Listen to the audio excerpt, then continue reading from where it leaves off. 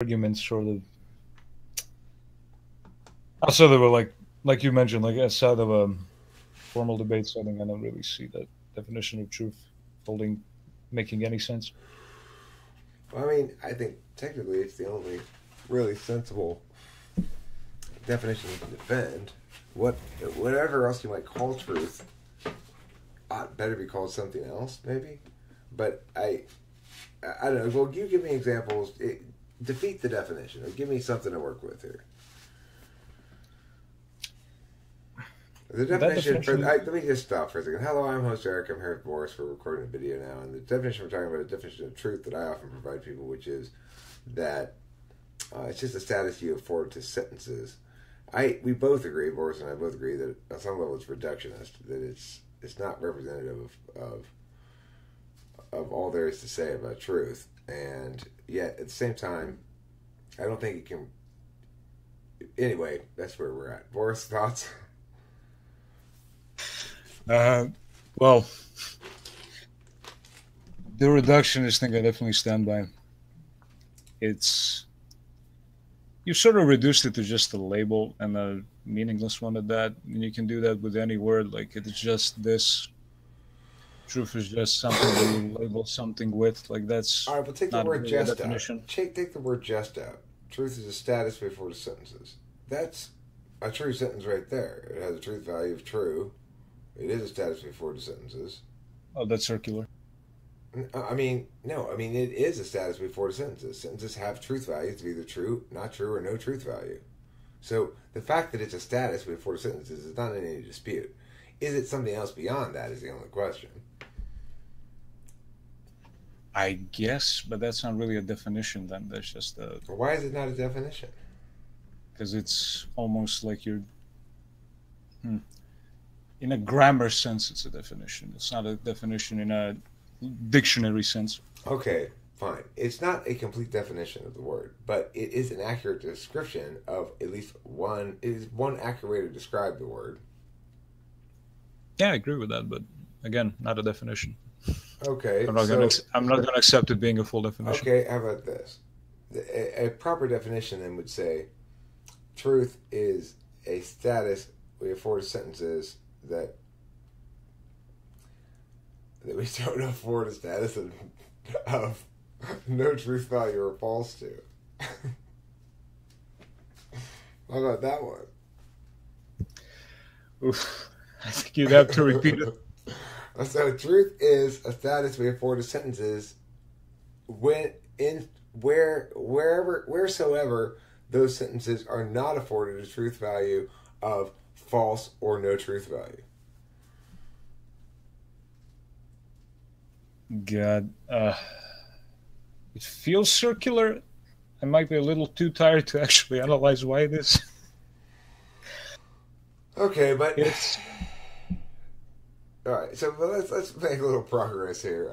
I mean, we both still agree it's reductive as a definition or as a means of addressing the issue of truth. And the reason I think it's reductive is because I find there to be definite truth to be accomplished in music. I think there's a lot of truth there that, in fact, I think the whole thing's about truth, ultimately. It's like when I'm trying different things out or trying to figure out what goes where in a song or something, there's a right answer and a wrong answer, and the best word that I have really to explain why it is that way is because something's either true or not in a musical sense.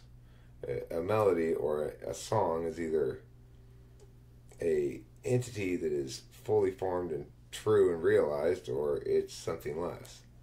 So I rejected aesthetic relativism entirely. So that's why I think there's truth outside of just words.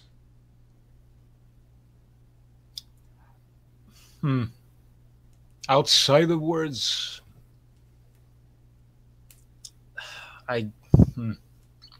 it's really hard for me to agree with that. I see what you're saying, but even those truths that's put into words, I think. Well, sure. I mean, the thing is, the word truth in that instance it functions very differently than it does if we're talking about words. I'm saying I made the right aesthetic choice. Therefore, I accomplished something that was more true rather than less true in some regard. But that's not, in that instance, a status I'm affording to the words. It's a status I'm affording to the music. And the sentence I may use to afford that status to the music may itself have its own truth value. But, and I may be claiming the sentence is true as well.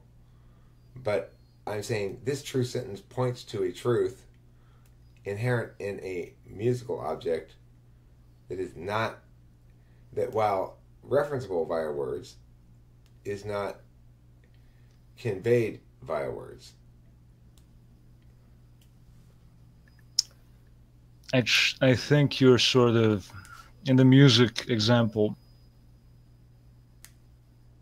I think it's separate from truth. Like, okay, I'm kind of confused by how truth has anything to do with whether music is good or not. Like, it's exclusivity. I think the engine of truth is exclusivity. So the fact that something is true means it's not false, and the fact that something is false means it's not true. What I'm saying is that musical truths work that way as well. They're exclusive. That if you were to make choice A, B, C, D, E, F, or H, you'd be making the wrong choice, but G is the true choice. In that regard, it's exclusively the right choice. I would say that's just intuition. I mean, that's the means by which we either achieve that resonance or not. Now, I agree, I can't establish via language that some things musically are more true than others. We can't establish a heuristic that can provide us guidance as to how to attain truth more reliably via a given medium like music, but it doesn't change the fact that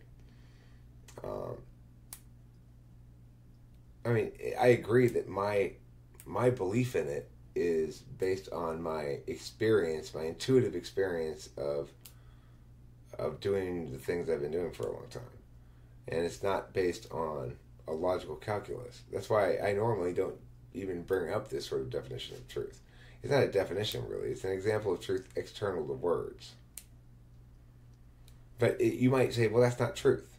Okay, well, that's not truth. But then if that's not truth, then the only meaningful way to discuss truth is to say that it's a conclusion, really, drawn from the calculus of a set of points in dispute. We don't really talk about truth until something's not in dispute, right? The thing is, what's wrong with the word intuition? And even if we can or not separate it from the MBTI meaning of. Because the song itself is something we can reference separately. Like a very, very popular song, a lot of people resonate with it, right? Yes. So you can't say the song is intuition. You can say the song is catchy. We can use a lot of other words that we have that mean true in a non-word sense. I wouldn't call the song true if a lot of people like it. It wouldn't occur to me. That's not that's not a single determinant factor. Like I said, there is no single determinant factor that we can break it down. We can't parse this down into a concrete calculus that says, here, this is true, and this is not. And so it does rely on individuals' intuition to make that determination, but they're making a determination of something, not just their own intuition. You're adding an extra step I don't see the necessity for. Which extra step is that? Well, you sort of say you have the intuition and then you decide whether it's true or not. Like, no, I had the intuition that tells me if it's true or not. I understand that, but I understand that each individual person makes this truth calculus independent of each other person, and they don't always agree. Okay? What I'm saying is that some people are right and some people are wrong. Yes, but I'm getting progressively more and more confused, I have to admit. That's not the point I was making. I was making the point. Well, okay, so where do you see truth outside of it being a status before the sentences then, if you're not conceding that it exists in non-linguistic form, where's your angle of making the argument that's reductionist? You're debate coaching me hard right now. I'm lost and tired, but let me just. I'm looking at the definition of truth right now, and I don't know how it maps on in any way to your description of it there. Like what you were describing was intuition to me, pure and simple. It wasn't really ambiguous in any way to me. Being in accordance with the actual state of affairs, that's one definition of truth. Being that which is a case rather than what is manifested or assumed.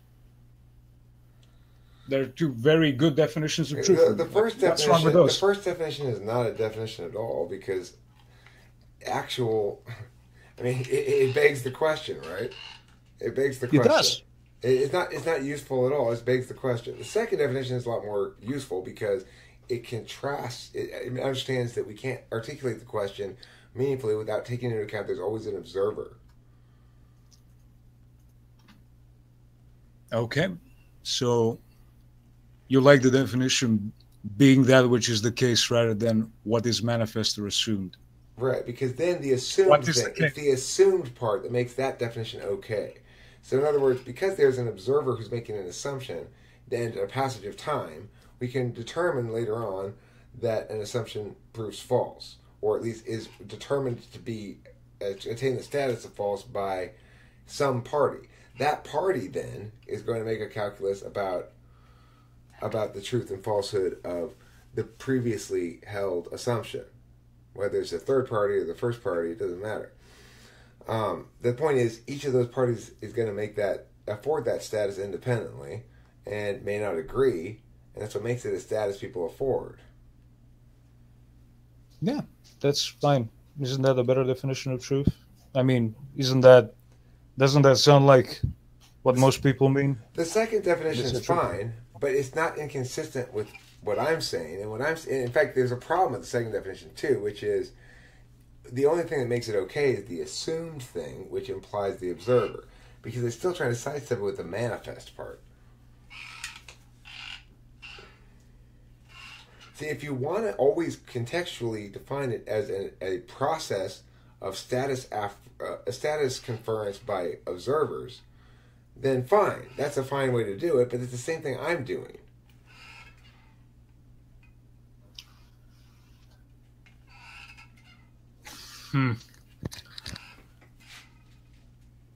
Okay, can you repeat your definition once more? I want to compare and contrast it. Okay, my definition before, which I agree is not really a full definition, it's more of a description of how the thing works, but it says that truth is a status that individuals afford to sentences. And then to that you added on that music has some inherent truth value. I was saying that from my perspective of things, because intuition to me is it rejects notions of aesthetic relativism. I would what you call intuition, my intuitive grasping of the rightness of something is, if we're talking about language, exactly what we're talking about with truth, right? So that's what I'm saying is, why shouldn't we afford the same word to musical rightness that is also intuited and independently calculated in each person, and yet is also subject to being wrong, that is to say, objectively so, even though we can't establish it objectively. I mean, yeah, we can do that. Not like the aesthetics. We can with a lot of things, but not with aesthetics. No, I mean, we can do what you want to do. Why would you do it, though? Like, what is the idea behind it? Why are you invested in this broadening of the definition? Or well, I get a lot of pushback from some parties on a definition of truth, because people intuitively understand truth to be a quality of accurate reference, like of accurateness, a quality of accurateness in some sense.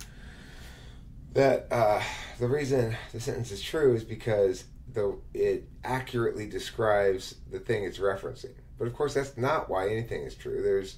There's competing theories of truth in philosophy, and there's the correspondence theory of truth, the primitivist theory of truth. There's the truth bearer, truth receiver version. You know, the thing is, really, I've thought about it a lot. I'm pretty sure it works like this. There's three qualities to be considered when factoring in whether something's true, whether it ought to get that status. The first is physical reference, if it's applicable. Usually it's not, but sometimes it is. Okay, so there is a physical world referent that words sometimes, often will link in some way or shape or form to an actual event or occurrence that could be checked against the words relatively straightforwardly. The second is consensus about the meaning of words. So that's the correspondence theory. It basically says something's true if people are using the words in a consensus way. But then the third element that people often don't consider, and is probably the most important, is intention. If you're intending to deceive, then that's going to have an impact on the truth value of something too. And that the third one, intention, is necessary to include because that's where you lock in the observer as necessarily part of this equation of truth. It doesn't occur without an observer. That doesn't mean that it can't reference something external or that truth might exist outside of words, because in my opinion, anytime you're talking about a rightness of something that's probably intuited but nevertheless can be right or wrong, you're talking about some variety of truth. I don't quite really see the meaningful difference between the phenomenon of experiencing the truth of a sentence and the truth of a melody, or the rightness of a melody. Meaning how it feels, or in the way you remember it, or in the sensory, in what sense? Well, look, I mean, if I were to say to you right now that, if I were to just start saying things like, look, truth is whatever you feel, Boris, and you assume I was joking. If I really persisted long enough, you'd be like, what the fuck's wrong with you? Blah, blah, blah, right? You start to feel as though the things I were saying weren't true. It was just say you would intuit that they're undeserving of your legitimization. The thing is, we have that same experience with music all the time. Like, I don't like that song, or I do like that song. This song sucks ass, and here's why. I do that all the time. And I'm not saying, in my opinion, my beauty is in the eye of the beholder shit. I'm referencing objective shit. The reason this band is so suck ass is because, like I was talking about Kings of Leon the other night, trying to explain to Kimberly why they were so suck ass. And the answer is because they don't make music right at all. Like, everything about them is wrong. So I could tell how they write their songs when I listened to this horrible CD the other night. They start with a little jam on the guitar or something, and then they get the jam going, and the singer starts sort of singing some random melody shit over the top. It's all serious, and then he makes up some serious words. And it's not really a song. It's like a jam that they kind of rustled into a song without a lot of concern for songwriting at all, or being good, or sense, or truth, or justice, or rightness, or anything decent in the world. They're fucking horrible. So this is my revulsion against the falseness of this band. I think this whole discussion sort of devolves down to truth is a very context-sensitive word, and it can have a lot of meanings in a lot of different sentences and way of, like, just in this conversation, you've used truth. Like, I feel like 4 different definitions of it. Okay. Meaning context, like the truth, like truth of a claim, the truth of something feeling right. Like, there's 3 definitions right there. Like, those are all different ways of defining truth. No, but the truth of a claim and feeling like something's right are the same thing. You're not making a distinction there. You're not adequately distinguishing between what is a metric by which the rightness by which you intuit something musically is correct, and the rightness by which you intuit something is true in words. What's the difference? For me, it's emotion, definitely. Like, there isn't really a lot of emotion when it comes to truth. sort of judging two claims TI-wise, I guess. Why is there Whereas emotion music when is I'm judging musical truths? There's not. It's not an emotional calculus. well, if you're judging them after the fact, but when you're listening to the bad music or the good music, it's a lot of emotional calculus going on, I would argue. It may evoke emotion, but it's a truth calculus for sure. It's saying this offends my NI. It's not like it hurts my feelings. I'm not offended by it personally. It's not an attack on me. In fact, it's not doing anything at all to me. There's nothing offensive in the song.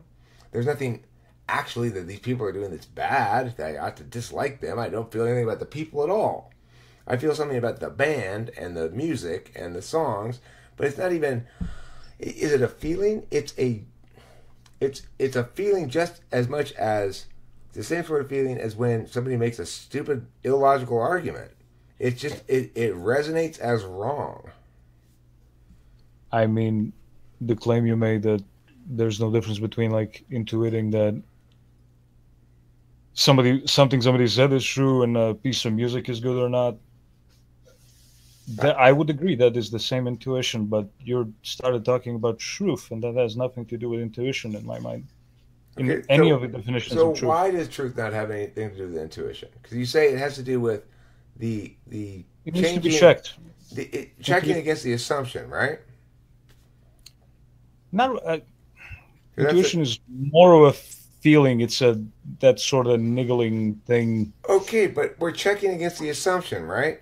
That was made prior, and then later on we check. No. First intuition happens, then you check or you don't. Sometimes I'm talking about truth. I'm talking about the definition of truth we talked about, where you said it's about there's the assumption that's made, and you check to see if later on if the assumption matches the actual or not, or it matches I'm going to break it down. So you have the intuition. You analyze it however you do, whatever your tool function is, and then you assign a truth or not claim to it. Those are the steps in my mind, and the intuition is instant. You don't have choice about it. You just feel it, not in an emotional way, in an intuitive way, and then you process it with your tool, and then you put a truth or not claim to it. This processing was true or this processing was not. I have a lot of intuitions that are actually wrong. It's just something wires crossed in my head. But Boris, we both know that it's true that earlier you read two definitions of the word truth, right? We both know that's true. We didn't have to do any calculus on that sentence. We know it's true because we remember it as being true. It's a knowledge thing. So we don't have to use any kind of calculus to determine something to be true. We can afford it truth by default status by knowing it. Some things are in dispute, and then we're actively affording a truth status or not.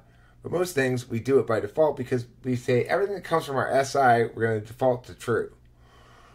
But the thing is, even if we did do a calculus on it, at the end of the day, that calculus is a means by which we're drawing a intuitively resonant conclusion.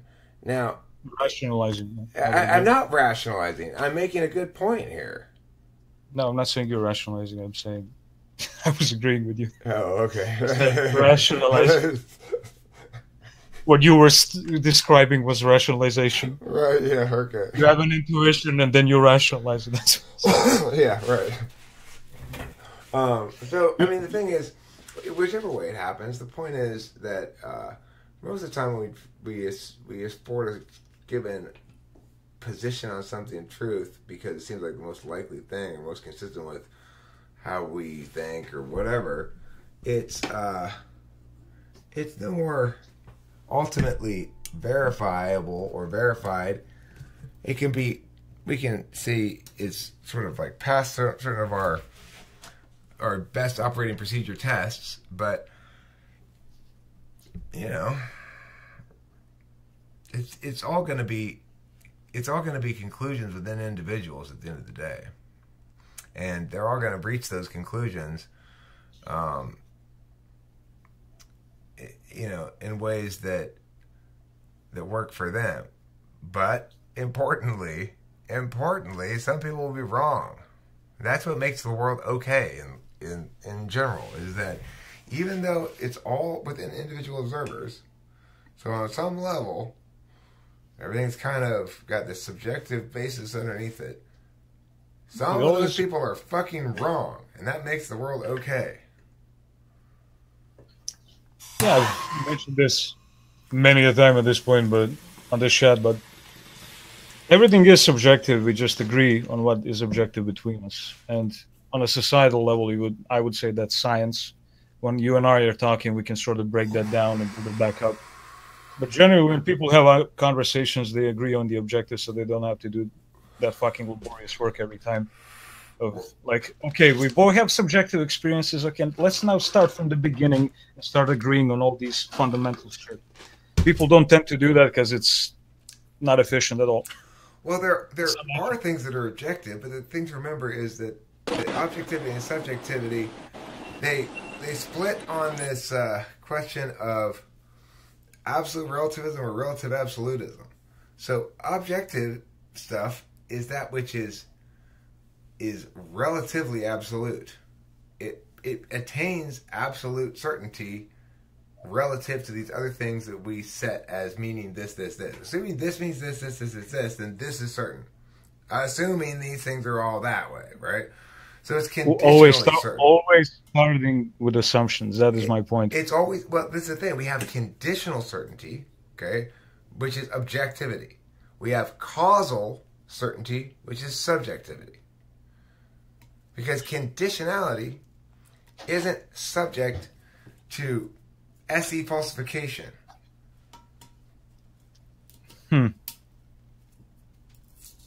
Conditionality in the sense of like the physical realm. Not in the sense of argumentation. In the sense that as long as we haven't actually done any of the things, then we can say things are true because we have these wonderful words if and then and either and or and these statement connectives that allow us to say, well, this is absolutely true. Well, how do you know it's absolutely true? Because it's conditional. If this, then this, and therefore this is this. And if all those assumptions are true, then this conclusion is true. That's absolutely certain. It's objective. But it's relative. So it's only certain within its relative frame. It's not something we can hang our hat on, really. If we have a lot of those discussions, though, and we determine from a lot of different observers trying to argue the point from various different angles, that the conditionalities always line up in a certain way, then we can be pretty confident that we ought to respect that, as is the case with, say, rights, upholding rights over expansive government.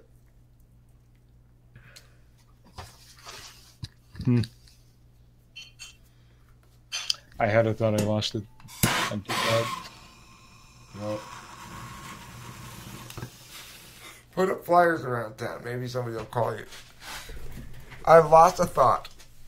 It's brown, about 6 inches long. I was hoping you would relate, but you just make fun of me. Well, that's how I relate, Boris. And that is true. Go ahead. I just said it's true. I guess the only thing, I think I kind of remember what I was thinking about. Sort of in the formal debate setting, you're sort of all setting this up, this whole discussion, as if we agree on the assumptions. And I think ENTPs like to operate on that false premise. People don't agree on the assumptions of objectivity or of anything, really. And you can sort of come into those conflicts pretty quickly when talking to people. You can see that they are not making the same assumptions you are. So, well, that's why you lay all those things out. I mean, that's the thing. Hopefully. You can. When people are arguing meaningfully about something that they actually hope to get a resolution one way or the other. Not necessarily because one person is determined to be absolutely right, but the one person just actually wins the argument. In situations like that, then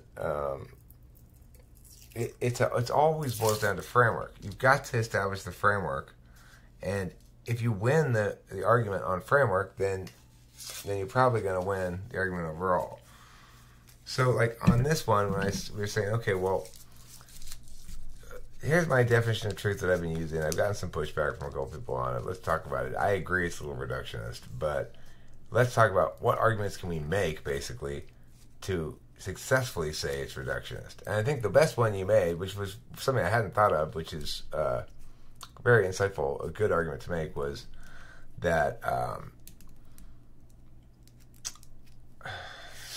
brain is not working very well. I just had it in my head a second ago, but it was the response, your first response to it, which is it's not really definition, because it's not defining what truth is. It's defining how truth works rhetorically or as an illocutionary act. So in linguistics, they've got these notions of any given speech act has a locutionary meaning. That's what the words mean, and it has an illocutionary purpose, which is some implicit shit that's behind every time anybody says something. So an illocutionary aspect of any statement is an assertion of belief. The reason you could think that it is because you never say in back-to-back, you never say something like, rabbits eat carrots, and I don't believe that rabbits eat carrots. It would be contradictory. It would disable the locutionary ability of the speech. So it's like there's a lot of different kinds of constructions of language that have that illocutionary basis. And I think the question then of truth is, I was saying, well, this is how people use it, but that's not what we're looking for on a locutionary definition. The locutionary definition would be something that says, here's how we can know what this word means when we read it in a sentence. And that's not what I'm providing when I'm telling you the illocutionary function or rhetorical function of the word. So I thought that was an excellent point to make. True, I would just say it's a sort of finding a single definition for the word truth, I think, is a bit of a futile effort, because it's way too broad. Way too broad. You can just look it up on the internet and you can see how many definitions are listed there. Boris, we just have to force everybody with my definition. We need to make a law. Okay? I mean, that is true. International law. Everybody agree with Eric on the definition of truth. We ENTPs love tyranny. Yeah. Fuck yeah, tyranny. It's the only way anything gets done in this world. Tyranny and oppression. Let's force everybody to do shit. Stalin was a great guy. He did a lot of good for Russia. He knew how to do some forcing. He wasn't shy with the massacre. There ain't nothing quite as powerful a tool of public management as the massacre. I mean, this probably would be an argument my dad would make, but yeah, he killed a lot of people, but he got shit done. Doesn't really matter what the shit was. He had a hell of a mustache. Hey, that's Stalin. He sported a hearty man's mustache. And he was a fellow Slav, make those Americans afraid. All right, well, thanks for watching Talking Spanish People. Thank you, Boris, for having this pleasant conversation about truth with me. And thank you to Crentis the dentist for sitting there silently. Have a pleasant evening.